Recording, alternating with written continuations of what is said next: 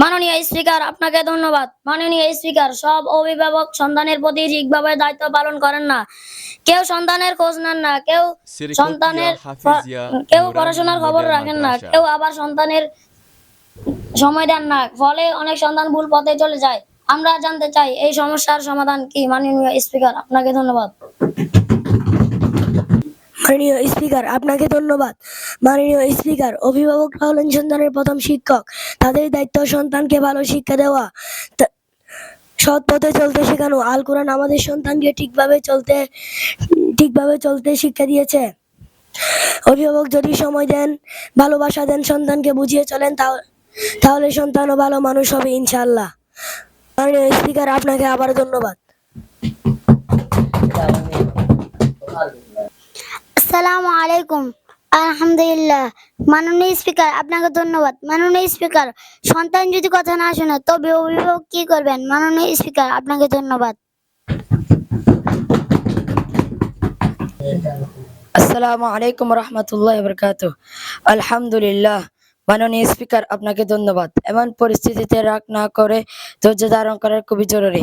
সন্তানকে ভালোবাসা দিয়ে বোঝাতে হবে এবং নিজের আচরণের মাধ্যমে উত্তম স্থাপন করতে হবে ইনশাআল্লাহ। তাহলে সন্তান ধীরে ধীরে সংকিত হয়ে সঠিক পথে ফিরে আসবে। আপনার সচেতনতা ও আন্তরিক জন্য আবারও ধন্যবাদ। আসসালামু আলাইকুম।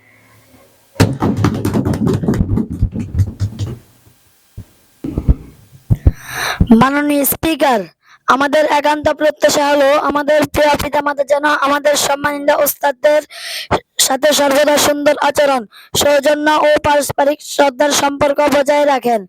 কারণ ওস্তাদগণ শুধু শিক্ষা প্রদান করেন না, তারা আমাদের চরিত্র গঠন, নৈতিকতা শিক্ষা এবং উজ্জ্বল ভবিষ্যৎ নির্মাণে গুরুত্বপূর্ণ ভূমিকা পালন করেন।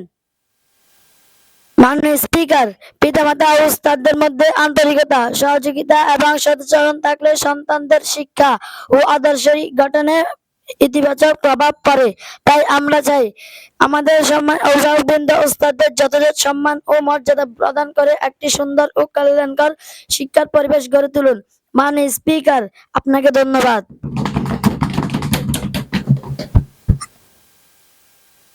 মাননীয় স্পিকার, আপনাকে ধন্যবাদ।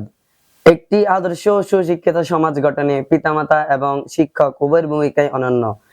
একজন সন্তান হিসেবে এই অত্যন্ত সংবেদনশীল এবং গুরুত্বপূর্ণ বিষয়ে আমার বক্তব্য ও বিশ্লেষণ উপস্থাপন করছি।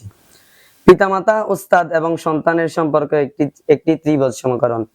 সংসদ অবগতির জন্য জানাতে চাই, সন্তানের জীবনে পিতামাতা হলেন প্রথম শিক্ষক এবং শিক্ষক হলেন দ্বিতীয় পিতামাতা। এই দুই স্তম্ভের পারস্পরিক শ্রদ্ধা ও সম্মানের উপরে গড়ে ওঠে একটি সন্তানের ভবিষ্যৎ ও চারিত্রিক ভিত্তি। যদি কোনো কারণে পিতামাতা ওস্তাদের শিক্ষকের সাথে অসদাচরণ বা বেয়াদবি করেন, তবে সন্তানের মনস্তাত্ত্বিক ও নৈতিক বিকাশে তার গভীর নেতিবাচক প্রভাব পড়ে। নৈতিকতার সংকট ও দ্বিধাবন্ধ।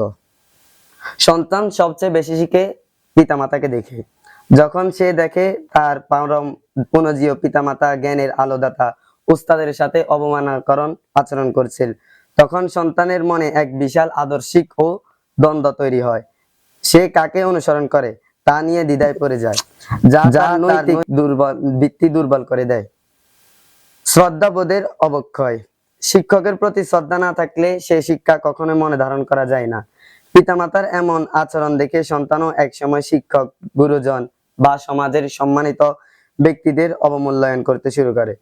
আর যে সন্তান গুরুজনকে সম্মান করতে শিখে না, তবে প্রকৃত মানুষ হওয়া বা মানবিক গুণবতী অর্জন করা অসম্ভব হয়ে পড়ে।